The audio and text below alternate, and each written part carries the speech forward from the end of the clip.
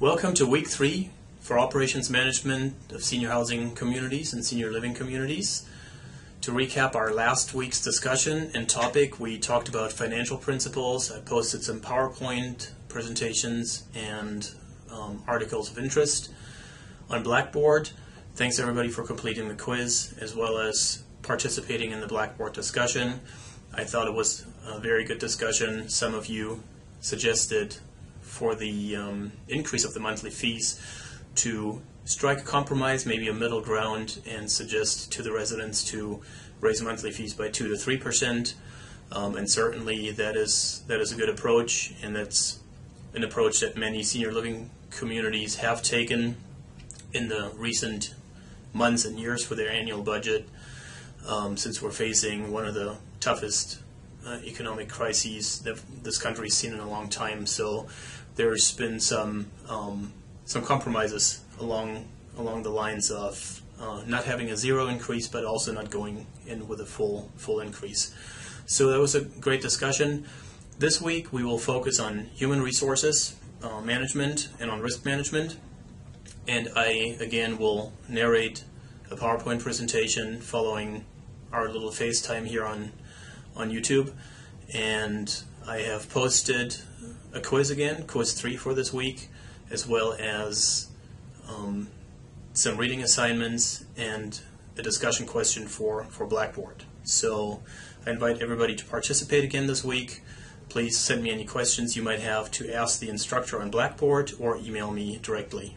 Thank you. Human resources management and risk management are very important functions for managers of senior living communities. It is important to hire the right people and to get the maximum value out of your employees for the organization. And since we are in the people business, our employees are the key contributors to the success of our organizations. It all starts with the hiring process, and here are the 10 key points, of management in HR, which are discussed in this PowerPoint presentation, which, by the way, I posted the presentation on Blackboard and without the audio, so you can review it. I just want to highlight some areas here that are of particular importance. It all starts with hiring the right person, recruitment, interviewing. I've posted some guidelines and just an article on best practices on interviewing people, do's and don'ts. Take your time with the interview and take your time with pre-screening candidates so you really truly find the best fit for the job in the organization. The other, I think, important piece when hiring people is to hire people that have a skill that you don't yet have in your organization. Somebody that's better at something than you are, and that way you continuously push the organization forward rather than backwards. And paying competitive wages and benefits are, understood as basics to get the right candidates in the door.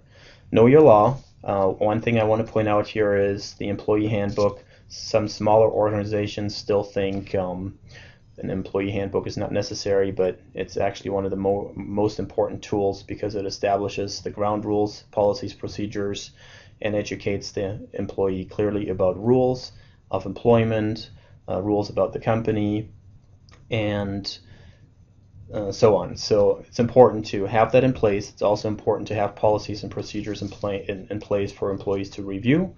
Our industry is heavily regulated. Depending on the states, there's a variety of state, federal, local regulations in place for the industry as well as labor law, so it's important to have that in writing. Increased employee satisfaction and decreased turnovers does two things. Increased employee satisfaction actually increases your resident satisfaction because your residents and your employees who serve them are very closely knit together and have a very close relationship, typically on a professional level, but yet very close because we serve them every day. And the lower your turnover is, the lower the costs are typically as well. We see in bigger organizations that each turnover can cost the company up to $5,000 for a turnover. Give and get feedback is very important. Employee surveys, employee performance reviews and appraisals. I've outlined under performance reviews and appraisals the steps that the book has for the most part. I added, helping the employee improve personally and professionally, I think is very important. Just to, continuously improve the value the employee can contribute to the organization. Keep great employees, motivation and rewards. Very important to create and promote a team culture, to show respect, understand human problems, and to encourage laughter. I think it's very important in our organizations to encourage laughter, to not take things too seriously other than our job duties, and to reward the outperformers. And one piece of advice is do not reward mediocrity, because that just leads down a path of self-destruction. Once your outperformers see that you reward everybody equally, they will slip away from their great path of success. So it's important to reward the great people, do not reward the not so great people. And instead work with the not so great people to make them great people. That can include feedback, that can also include disciplinary actions. Verbal, written warning, counseling, very important. And one of the necessary evils of management is terminations. As far as terminations are concerned, it is very important to give the employee plenty of feedback in writing and verbal and progressive disciplinary actions before the termination. The termination should never be a surprise to the employee. There should be plenty of evidence beforehand and also backup, and so the employee has had a chance to correct their actions. And a termination in a way actually helps employees in organization, might help the employee find a better fit in what they're good at out there in the world, in the organization, a chance to look for a better employee. Document, document, document. It's very important to thoroughly document everything you do in the employee file. Employees have the right to view their employee files, and also be aware that there are new laws about electronic records and electronic documentations as far as email is concerned, files and scans and so forth. So you never want to discuss sensitive topics on email, via email, or other electronic means unless you have the appropriate protective measures in place. Confidentiality is very important. A couple words about risk management. It is important to have risk management programs in place for both residents and employees. Here's an example of emergency preparedness for senior living community. You have the plan, you have action guides for residents and employees.